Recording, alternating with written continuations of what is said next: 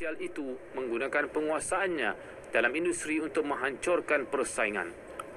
Oktober lalu, Jabatan Kehakiman Amerika telah mengemukakan saman terhadap Alphabet Google dengan tuduhan syarikat bernilai $1 trilion itu menggunakan kekuatan pasarannya untuk menangkis saingan.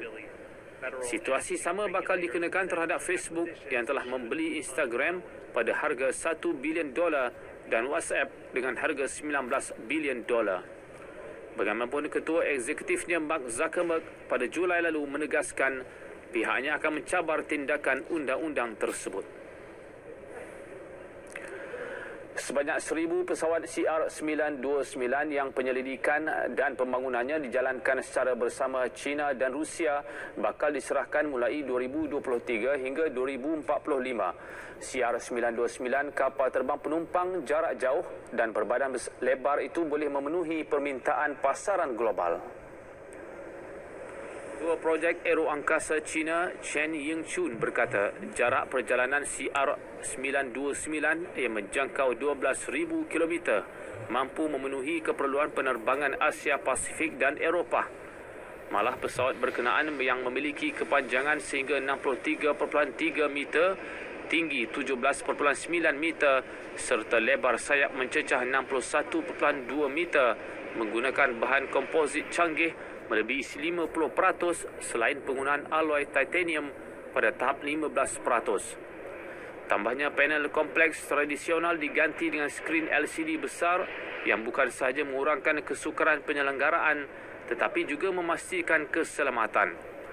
Perkembangan tersebut membolehkan jumlah penghantaran CR-929 yang dirancang pada awalnya hanya 500 meningkat 2 kali ganda dan dijangka melonjak lagi dalam beberapa tahun akan datang.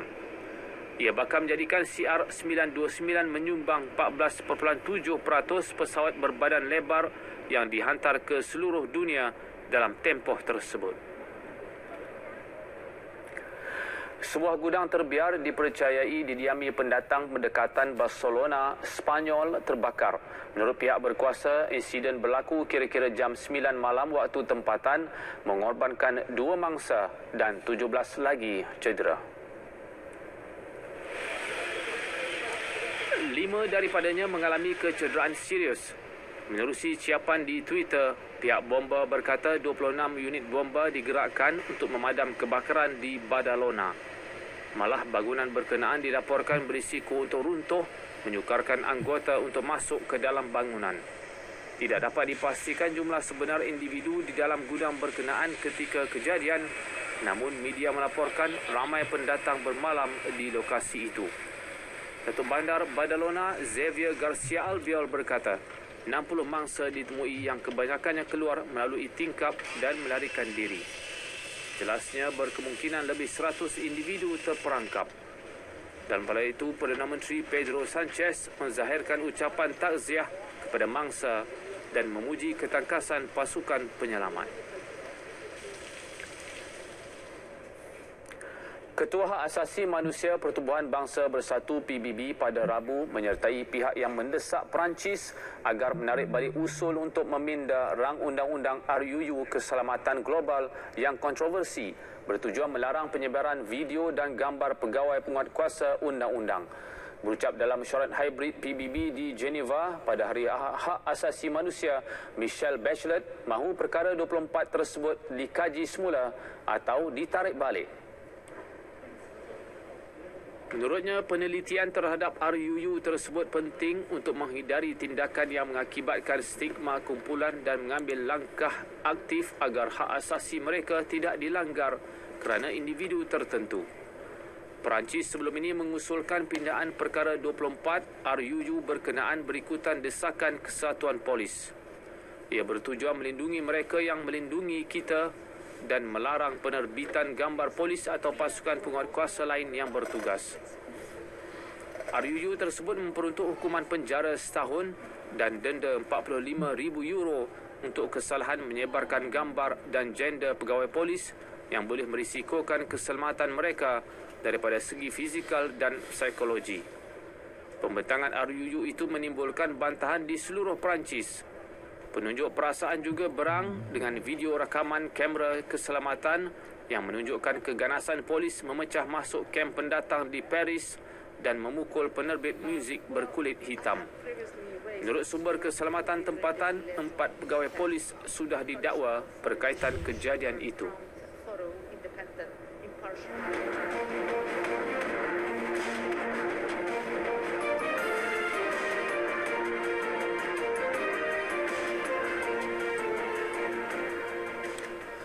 Tidak lama selepas pemergian Wira Piala Dunia 1986 Argentina Diego Maradona, Itali hari ini kehilangan Wira Piala Dunia 1982-nya Paolo Rossi. Pemenang kasut emas selaku penjaring terbanyak dan pemain terbaik kejohanan itu meninggal dunia pada usia 64 tahun. Rossi sebelum ini dilaporkan bertarung dengan masalah kesihatan seperti disahkan isterinya. Penjaring terbanyak Itali bersama Roberto Baggio dan Christian Vieri itu menjaringkan 20 gol daripada 48 penampilan bersama Azzurri. Bersama Juventus, Rossi turut meraih anugerah Ballon d'Or pada 1982. Beliau juga merupakan penjaring terbanyak Serie A 1977-78 dengan menjaringkan 24 gol untuk Vicenza. Rossi memenangi 2 gelaran Serie A, 1 kejuaraan Coppa Italia dan Piala Eropah sepanjang 4 musim mewakili Juve. Rossi juga penjaring terbanyak Piala Eropah 1982-83 sebelum membantu Juve menjulang kejuaraan pada 1985 dengan menumpaskan Liverpool. Pada Piala Dunia 1982, Rossi diingati setelah menjaringkan hat-trick ketika Itali menumpaskan Brazil selain turut menjaringkan gol berganda ke atas Poland pada separuh akhir. Rossi juga wira Itali ketika menewaskan Jerman Barat 3-1 untuk menjulang Piala Dunia. Itu cerita pemergian Paolo Rossi. Di Turin, Itali, beberapa barangan seorang lagi legenda Piala Dunia yang baru meninggalkan kita, Diego Maradona, bakal dilelong dalam satu acara lelongan secara maya. Paling menjadi tumpuan sehelai jersey Napoli yang telah ditandatangani mendiang. Jersey berkenaan dipakai oleh legenda berkenaan semasa pertemuan Napoli-Inter Milan pada 16 Mac 1986. Ia akan dijual bersama-sama dengan back kit Maradona. Jersey berkenaan antara beberapa barangan bekas bintang Napoli itu yang telah diletakkan dalam senarai lelongan sebelum kematiannya. Harga untuk barang-barang itu juga telah ditetapkan lebih awal antara 750 hingga 3,000 euro dan dijangka meningkat selepas kematiannya. Ramai pengumpul dijangka mengambil bahagian dalam lelongan tersebut berikutan sedar nilai sejarah yang ditinggalkan Maradona. Aksi Liga Juara-Juara Eropah, Liverpool terselamat daripada kekalahan dalam aksi kumpulan D selepas diikat seri 1-1 oleh Midtjylland di tempat lawan. Lebih membanggakan dalam perlawanan di MCH Arena itu menyaksikan Mohamed Salah bergelar penjaring terbanyak Liverpool dalam saingan Liga Juara-Juara selepas menjaringkan gol tunggal buat pasukannya. Salah kini telah meledakkan 22 gol dalam saingan Eropah, 1 gol mengatasi Steven Gerrard. Bintang Mesir itu membuka jaringan pada minit pertama sebelum penalti daripada Alexander Scholes pada minit ke-62 kembali menyamakan kedudukan buat juara Denmark itu. Cubaan pasukan tuan rumah untuk mendapatkan jaringan kemenangan gagal apabila percubaan tepat pemain mereka Scholes dinafikan kerana berada dalam kedudukan offside. Liverpool menamatkan saingan sebagai juara kumpulan D, sementara Midtjylland tersingkir selepas sekadar menamatkan saingan di tangga tercorot. Di Perancis pula berlangsung pertemuan antara Paris Saint-Germain, PSG dan Istanbul Basaksehir yang dimenangi tuan rumah dengan keputusan 5-1. Pemain dilihat memakai baju yang tertera slogan No to Racism ketika sesi memanaskan badan. Sebelum perlawanan bermula, barisan pemain kedua-dua pasukan melutut di tengah padang sambil mengangkat tangan sebagai simbolik menentang isu perkauman. Pertemuan tersebut yang sepatutnya berlangsung pagi Rabu terpaksa dihentikan dan disambung awal pagi tadi susulan berlaku kekecohan. Pemain kedua-dua pasukan bertindak keluar padang selepas pegawai keempat perlawanan dari Romania didakwa menggunakan kata-kata berunsur perkauman terhadap pembantu jurulatih basak sihir dari Cameroon, Pierre Wibo. Sementara itu, Badan Induk Bola Sepak Eropah UEFA telah membuka siasatan terhadap insiden berkenaan. Pada pertemuan awal pagi tadi, Neymar meledakkan hat-trick diikuti 2 gol daripada Kylian Mbappe sekaligus mara ke pusingan 16 terakhir selaku juara kumpulan H. Sekumpulan pelajar dari Universiti Autonomi Kebangsaan Mexico mewarnai tembok dengan mural yang cukup indah sebagai penghargaan kepada barisan jururawat yang bertungkus lumus memerangi COVID-19. Visual itu mengakhiri berita dunia malam ini. Jangan lupa imbas My Sejahtera di mana jua anda berada. Saya Walid Manuk Fisol. Salam sejahtera dan Assalamualaikum.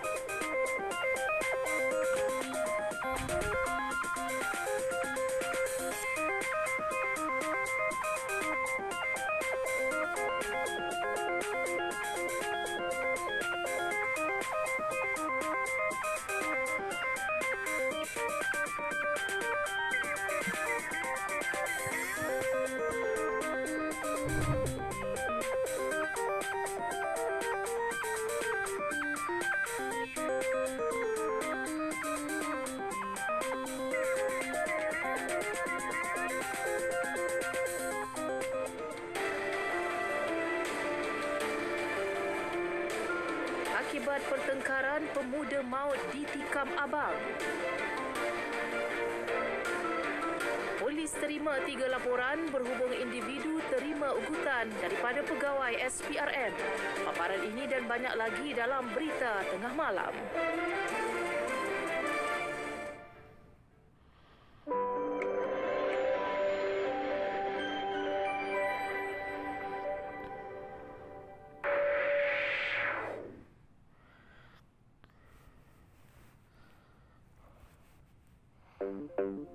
This program is being brought to you in part by MedMovie. Illustrating life. Powerful visuals for health and medicine.